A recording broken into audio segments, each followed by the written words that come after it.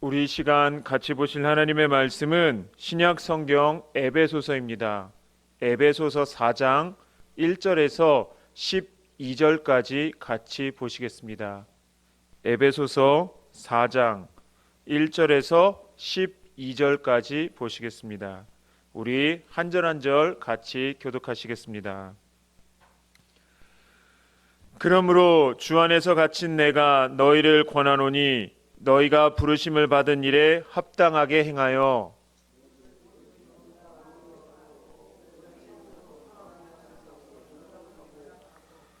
평안에 매는 줄로 성령이 하나 되게 하신 것을 힘써 지키라.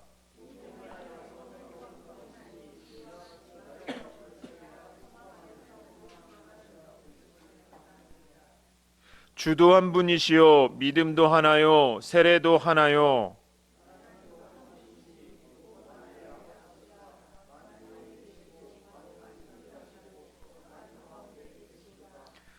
우리 각 사람에게 그리스도의 선물의 분량대로 은혜를 주셨나니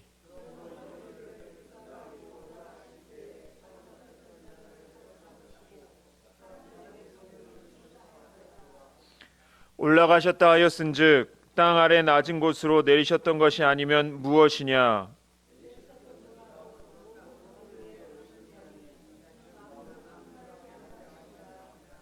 그가 어떤 사람은 사도로, 어떤 사람은 선지자로, 어떤 사람은 복음 전하는 자로, 어떤 사람은 목사와 교사로 삼으셨으니 성도를 온전하게 하여 봉사의 일을 하게 하며 그리스도의 몸을 세우려 하심이라. 아멘.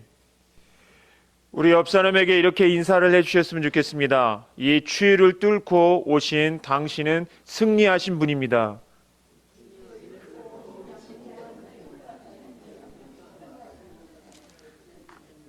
감사합니다.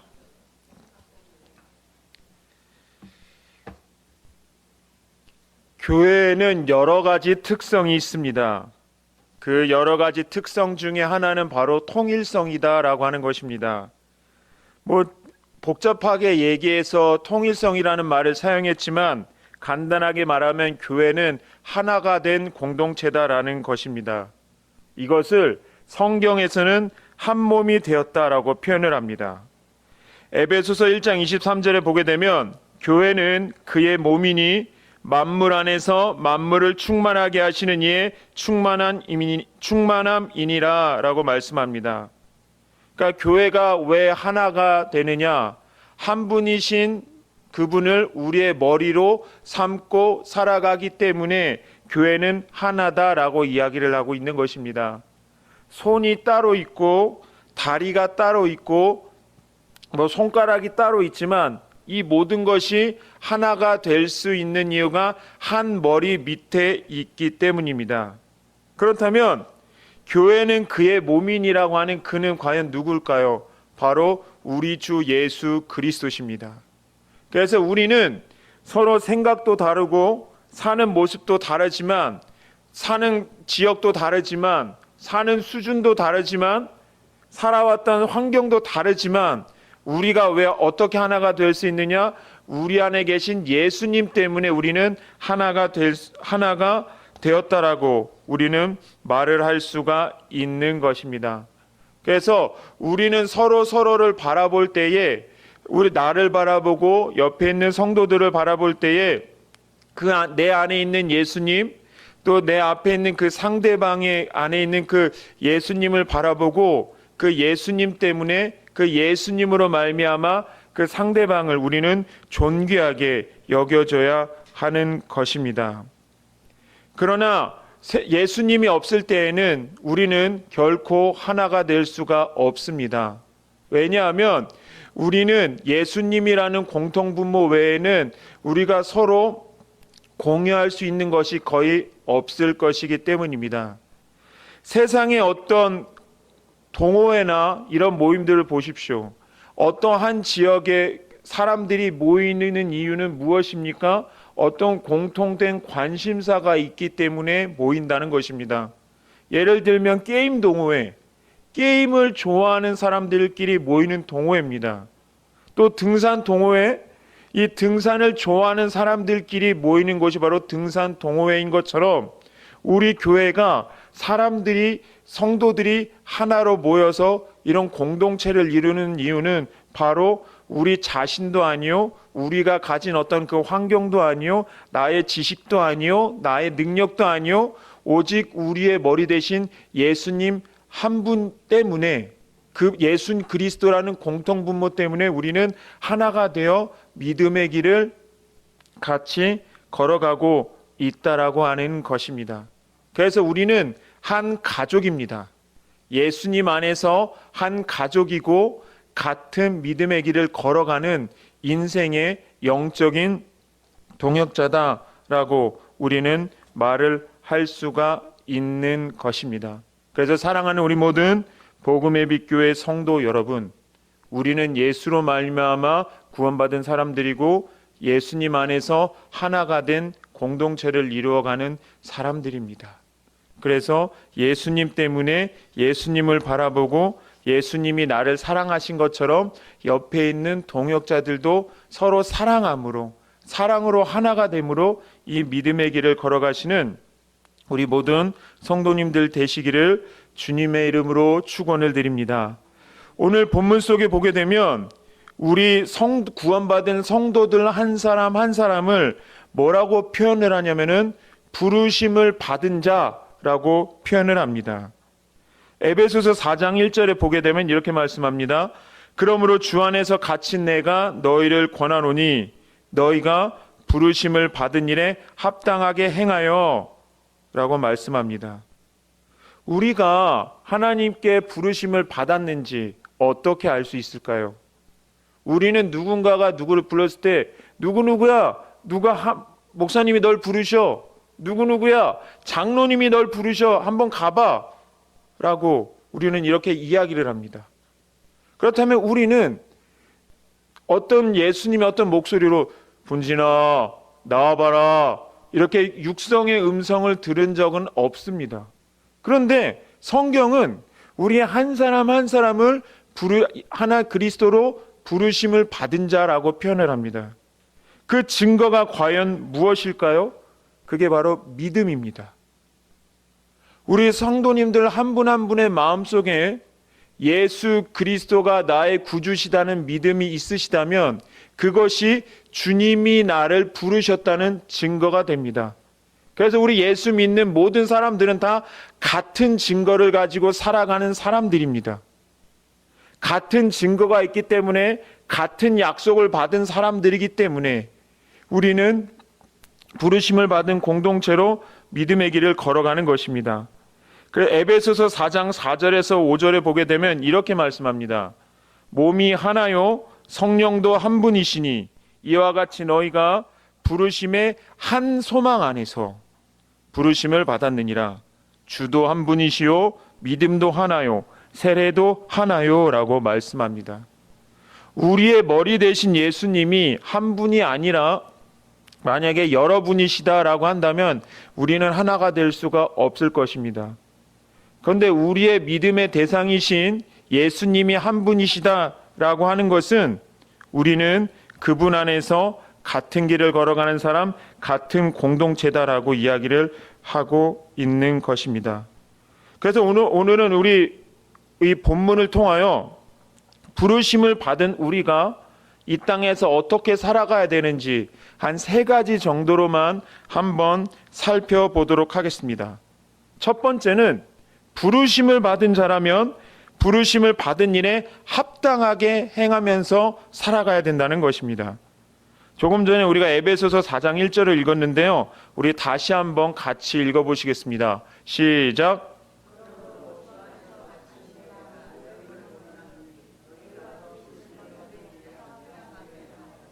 아멘. 여기서 합당하게라는 말의 뜻은 어울리게 마땅한이라는 뜻을 가지고 있습니다. 이 말은 무슨 뜻이냐면 우리가 예수님으로 부름받은 사람들이라면 그 부름받은 사람으로서의 온전한 모습으로 부름받은 사람으로서의 어울리는 모습으로 이 땅에서 살아가야 된다는 것입니다. 그렇다면 우리는 또 이렇게 질문을 던질 수가 있습니다. 부름받은 사람의 합당한 삶의 모습이 무엇입니까? 라는 질문을 우리는 던질 수가 있는 겁니다. 그런데 이 부분에 대하여 성경에서는 뭐라고 말씀하냐면은 한마디로 이야기할 수 있을 것 같습니다. 바로 서로 사랑하는 겁니다. 부르심을 받은 사람들은 서로 사랑하는 겁니다. 왜냐하면 우리가 부름받은 것이 주님이 우리를 사랑하셔서 부름받은 것 아니겠습니까? 그렇다면 우리도 주님의 그 사랑을 받은 사람들이기 때문에 당연히 우리도 주님을 사랑하고 옆에 있는 사람들을 사랑하면서 사는 것이 부르심을 받은 사람의 합당한 모습이다라고 우리는 이야기할 수가 있는 것입니다. 이 마태복음 22장 34절에서 40절에 보게 되면 한 율법사가 예수님께 찾아옵니다. 예수님께 찾아와서 아마 이 율법사는 잘난 체 하려고, 이 율법사는 아주 신학 공부를 정말 많이 한 사람이기 때문에 예수님은 어떤 신학 학위가 그 당시에 학위가 있는 사람들도 아니었고 나사렛 촌동네 출신 목수 출신이었기 때문에 말로 한번 어떤 논리로 한번 예수님을 올감해 보려고 교양을 쌓는 척 이렇게 이야기를 합니다. 예수님, 가장 큰 계명이 무엇입니까? 라고 말합니다. 그런데 이 사람들이 이 율법사가 기대했던 것은 어떤 복잡한 신학적인 논리를 가지고 이 사람이 되게 단순하게 한다면 자기를 이렇게 논리로 누르려고 했는데 예수님은 오히려 딱 두 가지를 이야기합니다. 첫 번째는 하나님을 사랑하는 거다. 두 번째는 이웃을 사랑하는 거다라고 말합니다. 그러면서 예수님이 하신 말씀이 뒤에 이렇게 붙이십니다. 첫 번째는 하나님을 사랑하고 두 번째는 이웃을 사랑하는 것이 온 율법과 선지자의 강령이다라고 말합니다. 이 말이 무슨 뜻이냐면 이 바리새인이나 이 대제사장들이나 이 사람들이 가지고 있는 뿌리라고 생각했던 온 율법과 선지자의 강령, 즉 구약 성경 전체가 너희들에게 말을 하고 있는 것은 하나님을 사랑하고 내 이웃을 사랑하는 거다. 너희들이 진짜 하나님의 말씀에 순종하며 하나님의 뜻대로 살고 싶으냐? 그러면 하나님을 사랑하고 옆에 있는 사람들을 사랑해라. 그런데 너희가 서로 사랑하지 않으면 아무리 큰 지식이 있어도 너희들이 아무리 어떤 큰 학위가 있어도 그것은 말씀에 순종하는 것이 아니다라고 예수님께서는 말씀하고 있는 것입니다. 그래서 우리는 늘 이야기를 하면서 제가 주님의 뜻에 순종하겠습니다. 제가 어떻게 살겠습니다. 결단을 하면서 나아가지만 이 모든 것의 핵심은 하나님 사랑과 이웃 사랑 안에서 모아진다는 것입니다. 즉 부르심을 받은 자의 합당한 삶은 그 삶에는 사랑이 있어야 된다라고 이야기를 하고 있는 것입니다. 그런데 우리는 어떤 이 부르심을 받은 자의 삶을 어떤 성취를 이루는 것이다 라고 생각을 합니다. 물론 그것도 맞습니다. 우리는 삶의 목표가 있어서 열심히 달려가야 합니다. 그러나 어떤 내 성취욕 때문에 어떤 사람 하나님을 잃어버리고 사람을 잃어버린다면 그것은 그 부르심을 받은 부르심에 합당한 삶이 아니라는 것입니다. 얼마 전에 저희 교육자 수련회를 다녔습니다. 저희 첫째 날 일정이 설악산 울산바위를 등정하는 일정이었습니다.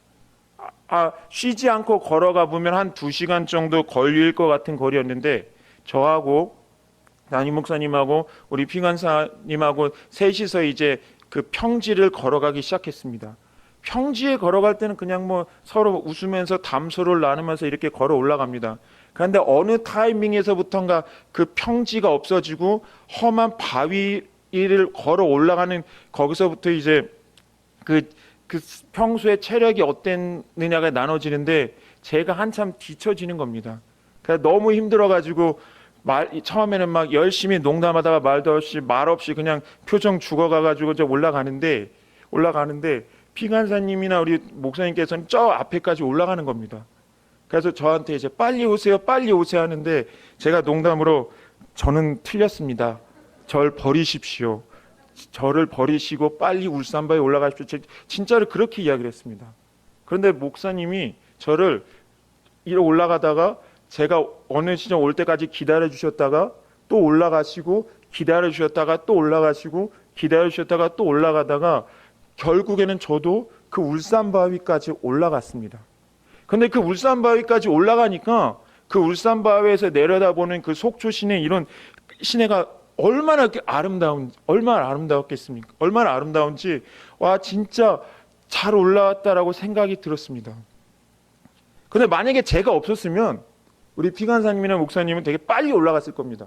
빨리 올라가서 빨리 보고 빨리 내려왔을 겁니다. 근데 저 때문에 올라갔다가 내려오는 길이 되게 되게 늦은 밤에, 그 햇빛은 다 없어지고 되게 늦은 시간에 내려와서 약간 뭐 일정이 늦어지고 딜레이 되는 그런 시간이 바로 첫째 날 일정이었는데, 하나님께서 원하시는 공동체에 서로를 사랑하는 모습이 바로 이거였다는 겁니다. 우리가 저기까지 가야 되는데, 믿음의 길을 걸어가야 되는데, 나 얘 때문에 느려서 못 가겠어, 나라도 먼저 빨리 가야지 라고 하는 게 하나님이 기뻐하시는 모습인지, 나는 우리는 얘만 버리면 우리는 빨리 도달해서 빨리 할 수 있고 목표를 이룰 수가 있지만, 그럼에도 불구하고 이 사람과 같이 있더라도 같이 거기 가는 것, 둘 중에 어느 것이 하나님이 기뻐하시는 공동체의 모습이라고 이야기를 할 수가 있겠습니까? 그래서 사랑하는 우리 모두 복음빛교회 성도 여러분, 하나님이 기뻐하시는 우리 공동체 모습은 빠른 사람이나 느린 사람이나 같은 방향으로 같이 가는 겁니다. 같이 걸어가고, 내가 빠르다면 느린 사람을 기다려주는 것, 그래서 그 느린 사람과 같이 그 믿음의 목표를, 믿음의 경주를 다하는 것, 그것이 부르심을 받은 자의 합당한 삶의 모습 중에 하나다라고 이야기를 할 수가 있는 것입니다.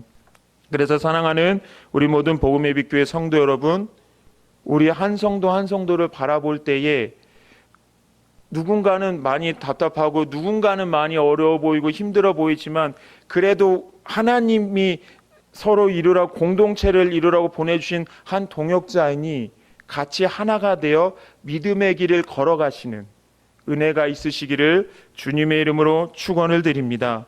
그리고 부르심을 받은 사람으로서 살아내야 할 두 번째는 평안에 매는 줄로 성령이 하나 되게 하신 것을 힘써 지키라는 것입니다.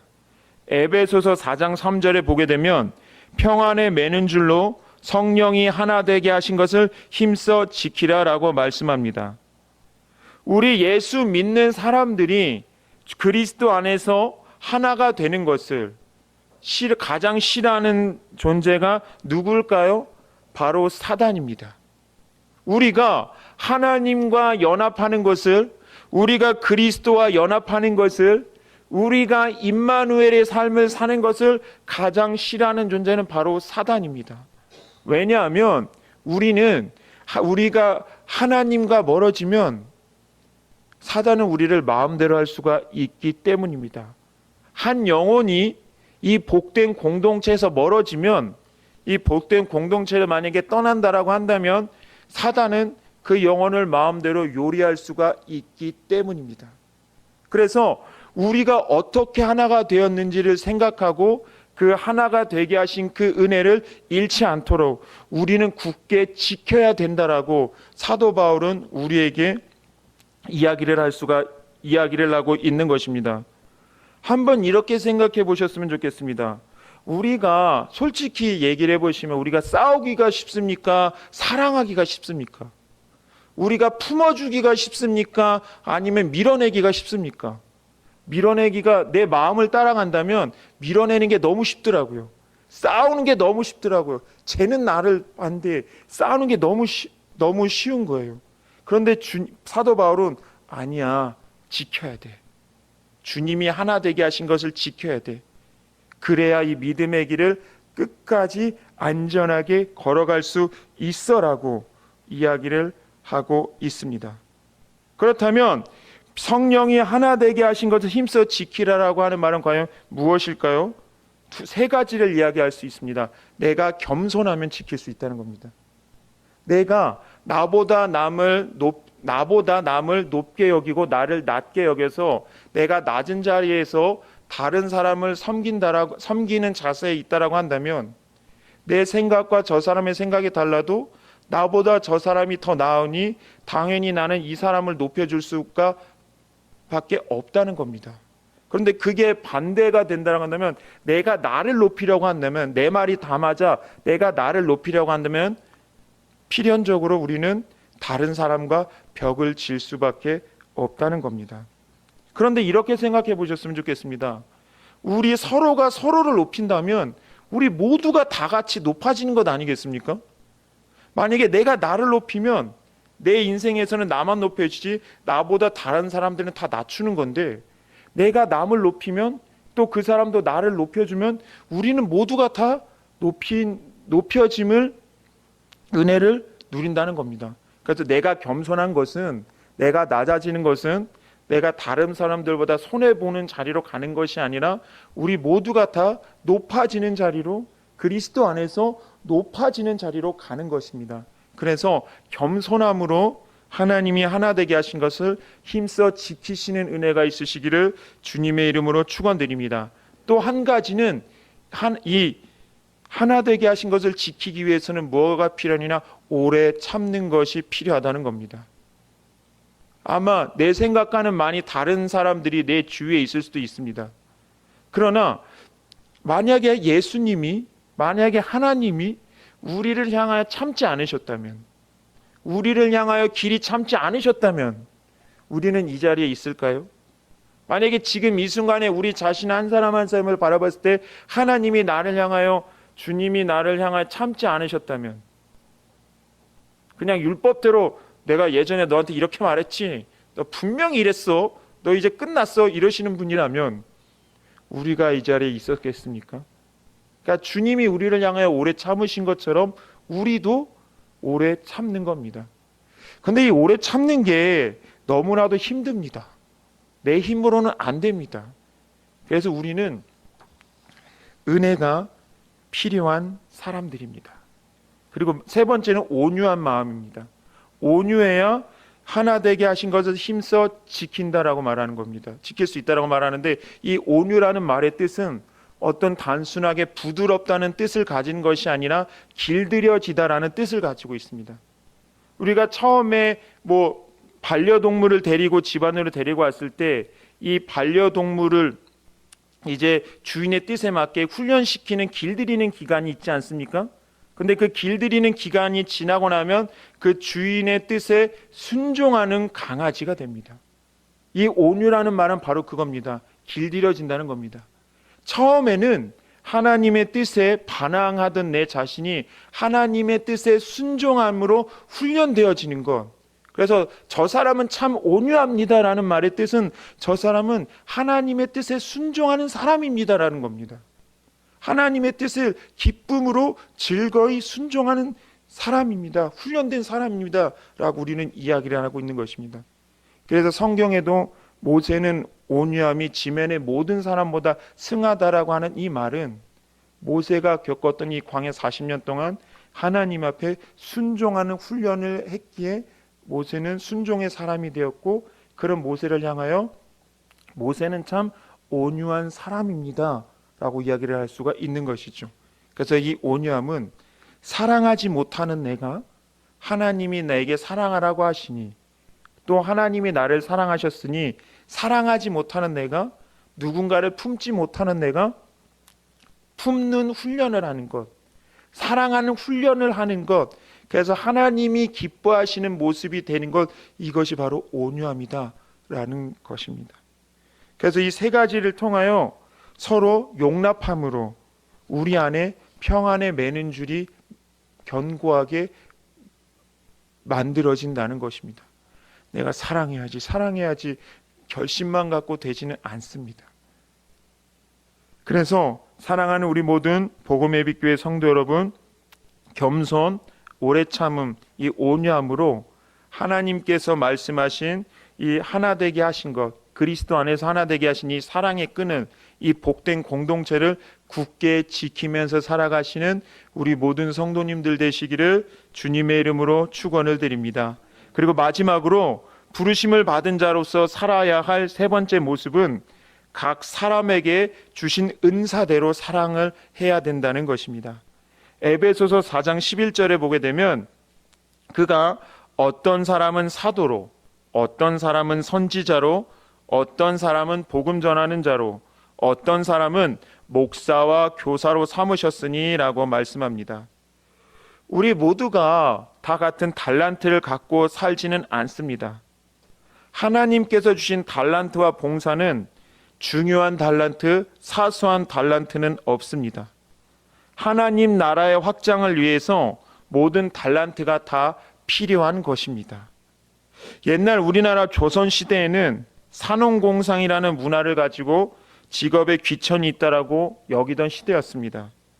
사람과 사람 사이에 귀천을 나누니 자연스럽게 계급이 생기게 되고 또 높은 계급에 있던 사람들은 그 위치 때문에 자신을 존귀하게 여깁니다. 그리고 낮은 계급에 있는 사람들은 천대합니다. 그 예전에 사극을 보시게 되면 그 양반들이 하는 말이 이 말 많이 쓰지 않습니까? 감히 네가 어느 안전이라고. 이 말의 뜻이 무엇이겠습니까? 너 따위가 내게 그런 말을 할 수가 있겠어? 너하고 나하고 급이 다른데. 혹시 우리는 이 마음속에 그런 게 있는 게 아닌지 한번 생각해 보셨으면 좋겠습니다. 그리고 또 이 낮은 천민 계급에 있는 사람들은 또 이런 말 많이 합니다. 우리 같은 천것들이 어찌 높으신 분들의 뜻을 알 수가 있겠습니까? 스스로 우리 같은 천것들이라고 이렇게 나누는 시대였다는 겁니다. 그런데 그 당시에는 중요한 사람, 뭐 사소한 이걸 나눴지만 사실 따지고 보면 그 나라에는 이 모든 사람들이 다 필요한 사람들이었습니다. 예를 들면 이런 겁니다. 조선시대 백정이 하는 일은 이런 거였습니다. 동물을 잡고 그 고기를 만들어서 양반들에게 대접합니다. 양반들에게 팝니다. 근데 이렇게 생각해 보시기 바랍니다. 그 백정이라는 계급이 천대를 받던 계급이었지만 그 백정이 없으면 고기를 먹을 수가 있었을까요? 못 먹지 않습니까? 그리고 우리가 보는 뭐 구중굴과 엄청난 그 궁궐, 그 당시에 천대 여겼던 그 목수, 이런 상민들이 없었으면 그런 것을 할 수가 있었겠습니까? 그러니까 한 나라가 가는 데에는 사소한 사람, 뭐 중요한 사람 이런 게 없다는 겁니다. 이 말은 이런 겁니다. 하나님 나라에서는 모두가 다 필요한 사람들이지 천한 사람, 낮은 사람은 결코 없습니다. 다만 각자의 달란트를 가지고 섬길 뿐입니다. 그러니까 저처럼 사람들 앞에 드러나는 목사들만 귀하게 쓰임받는 종이 아니라 우리 모두가 하나님 나라 안에서 각자에게 주신 달란트를 가지고 하나님께 쓰임 받으면서, 그래서 그 주님께서 주신 달란트를 가지고 하나님을 사랑하면서 성도들을 사랑하면서 사는 거였습니다. 옛날에 8, 90년대 드라마에 보게 되면 대부분의 주인공들이 다 판검사가 되더라고요. 대부분의 주인공들이 서울대 법대를 가더라고요. 그런데 한번 이렇게 생각해 보셨으면 좋겠습니다. 이 나라에 판검사만 있다라고 한번 가정해 보십시오. 판검사만 있어요. 얼마나 이 사회가 삭막하겠습니까? 맨날 법조 몇 항 몇 항으로 정죄하고 너는 죽어야 돼, 너는 이래야 돼 이러니 그 사회가 얼마나 삭막해요. 그래서 이